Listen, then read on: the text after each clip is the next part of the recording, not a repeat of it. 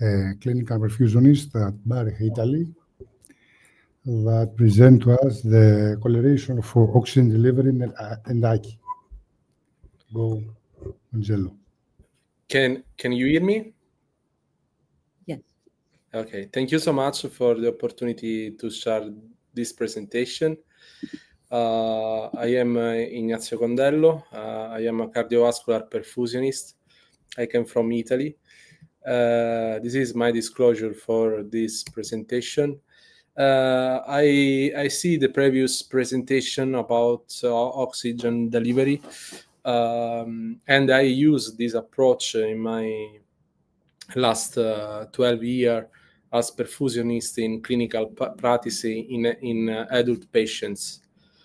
But today I want to share a different way to see the oxygen delivery together, because often we observe that is a relative parameter and not absolute parameter.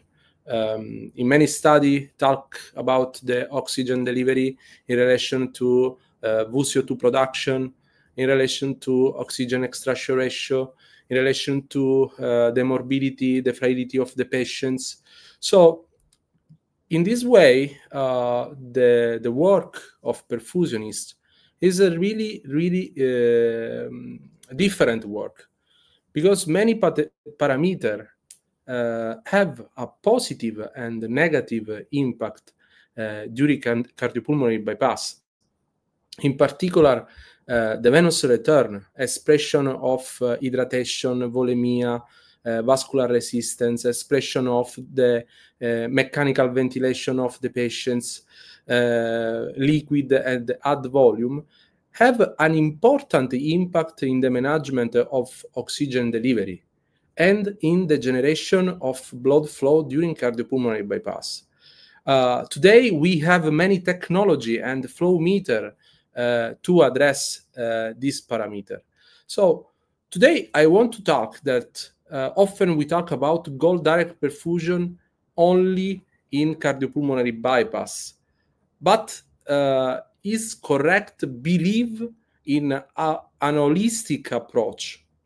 Because often we manage patients that have preoperative factors that increase the low cardiac output. For example, patients that have a mechanical ventilation, altered venous return, low ejection fraction, have a low cardiac output. And in this context, the survey in European and American survey showed that the only 40% of anesthesiologists use Swan-Ganz catheter. And there is a gap in comprehensive monitoring. We observe that in this context, goal direct perfusion help to correct the previous low cardiac output, no? But anemia,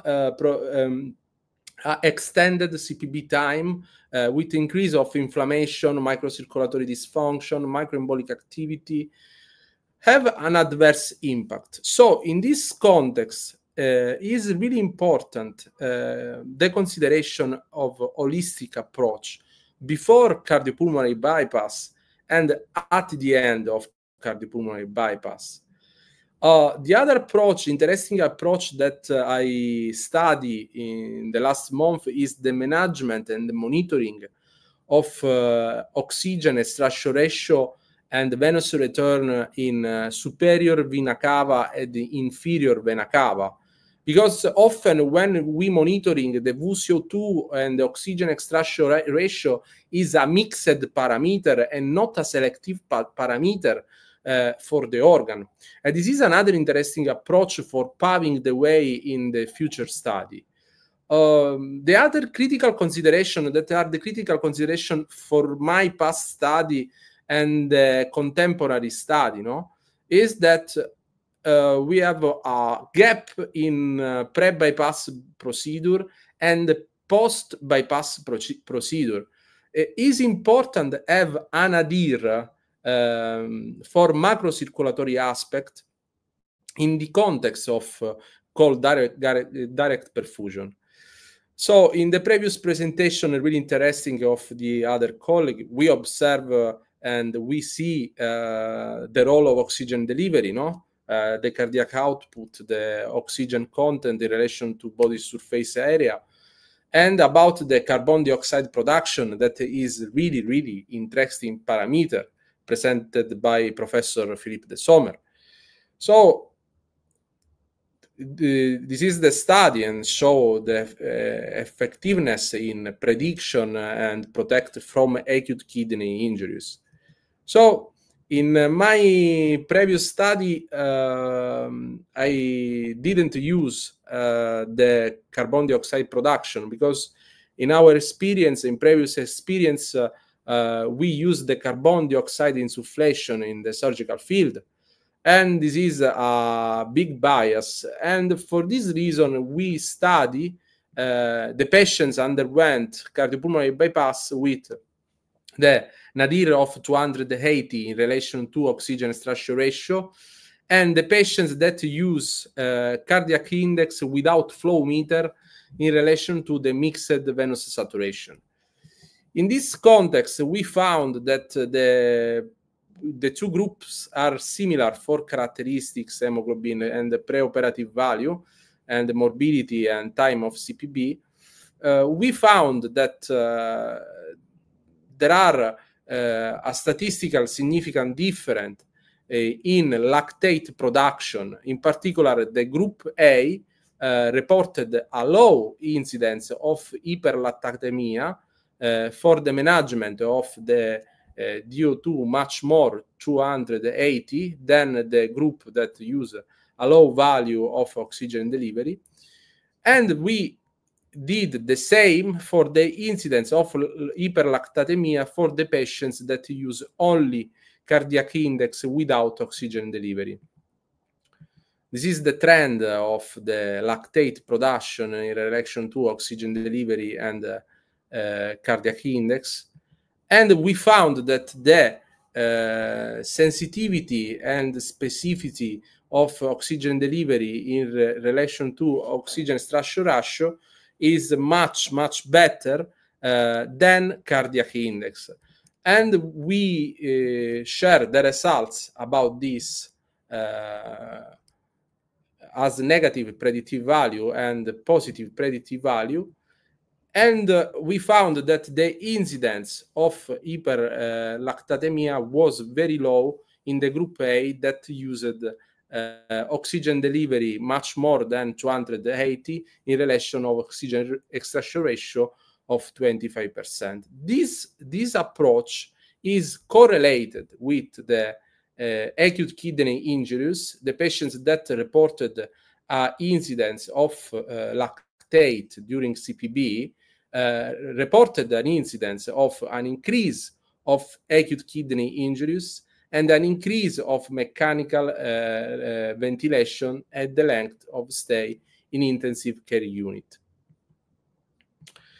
So this retrospective study show the effectiveness in a different way of oxygen delivery as parameter to protect our patients from acute kidney injuries. So nevertheless, today we have many unmet need because in the trend of cardiac surgery, we observe an increase of the time of CPB and an increase of the minimal invasive cardiac surgery with the use of carbon dioxide insufflation. In this way, we can have many alternatives. For example, the use of one shot of carbon dioxide at the end of the cross clamp, or the development of new disposable or new formula with sensor integration and testing, or the use of second hard shell venous reservoir. This is our proposal and study that I did 3 months ago about the relative parameter of carbon dioxide for eliminate from VUSIO2 the amount of carbon dioxide suctioned from the vent line in our venous reservoir. And I believe that is interesting approach. The preliminary data in the past are really good. So in our experience, the use of carbon dioxide in continuous protect the patients from microemboli, in particular during the cross clamp time. We observe a low incidence for time of delivery of microemboli during transesophageal echocardiography. So we have many alternatives. One of these is create a new endocavitary suction device to protect from carbon dioxide of surgical field, in particular for mitral valve surgery, to eliminate the gap of carbon dioxide aspiration, or use a formula to prevent the gap of the basal exhaust carbon dioxide versus less the exhaust carbon dioxide during the insufflation in surgical field. So this is the gap that we have today, and I believe is important show this gap, because we have a high penetration of carbon dioxide use, in particular in minimal invasive cardiac surgery, and it is important to have an adhere to manage oxygen delivery today. The other alternative, this is a really interesting paper for manage the elimination of carbon dioxide from surgical field, is the use of a second cardiotomy to protect the VCO2 parameter outside the oxygenator. So I believe that paving the way in this new approach, in this unmet need, is a strength. The goal direct perfusion, this is an inexplored area, and I believe that it is really important share and talk about this. Thank you so much for your attention. Thank you for excellent presentation, Ignacio. I want to comment for Marlowe Van Hoven is here. Thank you for your nice presentation and sharing your good results and insights. I think it's also important to realize that the CO2 flush is very important in calculating all kind of VCO2 values, and it's important for the patient to prevent AKI. And I'm thinking, what is more important than if you want to set up a new system for excluding the CO2 flushing? How do you think the surgical team and also anesthesiologists will think about implementing this new for just only the goal-directed perfusion parameters? Do you think they will also help you out, or do they think it's more important for us not to only based on a number just from a perfusionist? Yeah, I thank you so much for your question. I believe that is an holistic vision, because today you can have the best cardiopulmonary bypass with the best oxygen delivery. If you have a bad management of anesthesia, a bad management of bleeding, surgical bleeding, perfusion is not enough. But it is important together talk the same languages. For this reason, I believe that the disposable, for example, a new venting system, a new sensor in machine, to improve the VCO2 parameter, improving the pediatric cardiac surgery, the adult cardiac surgery. Because today we talk about on the same things, but we have the need to improve the gap today. We have many minimal invasive cardiac surgery for aortic valve replacement, mitral valve surgery. I believe that we work together in this way. is important.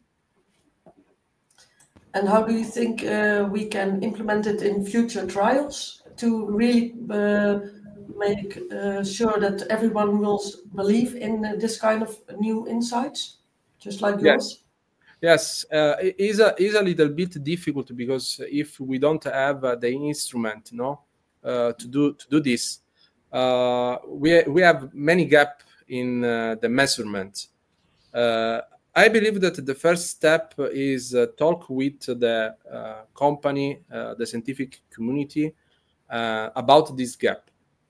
Have the instrument, good instrument that give a good measurement with sensitive specificity of parameter is the first step. After this, we can start together to see the results, because not have an instrument today.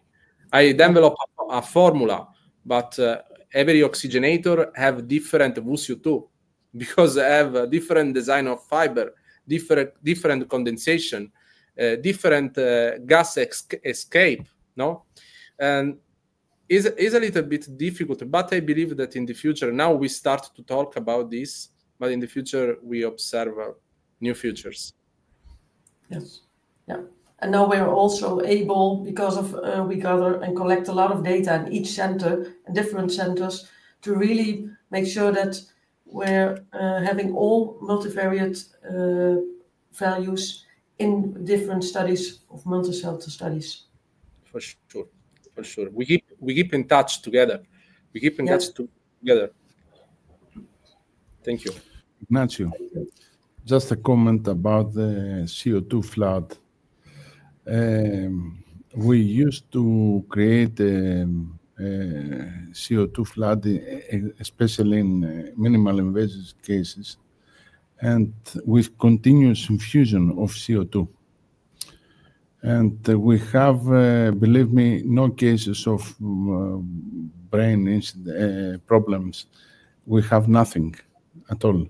So you think that it is better to give just a shot, or to infuse continuously? And how can you realize that you are okay with with a single shot of CO2? This is a good question. This is a good question, and thank you.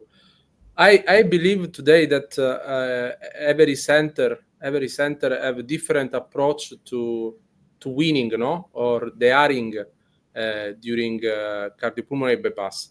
This is the first problem. We did a study with continuous administration of carbon dioxide versus one shot, and we observed that the continuous insufflation in minimal invasive approach is better in the time of the daring. In our experience with transesophageal echocardiography, we found a low incidence of fibrillation, low incidence of the timing for the removal of GME from ascending aorta and the left ventricle. So I believe that is a problem of technique. You can have a good daring without carbon dioxide. It is possible. But if you don't have the possibility to have a good daring, the continuous administration protect the patients. This is the way. For this reason, there is in the literature a spread of continuous VuSio2 administration in minimal invasive cardiac surgery. And I believe that is a good idea, the continuous flow than one shot. Thank you. Any comment from the audience?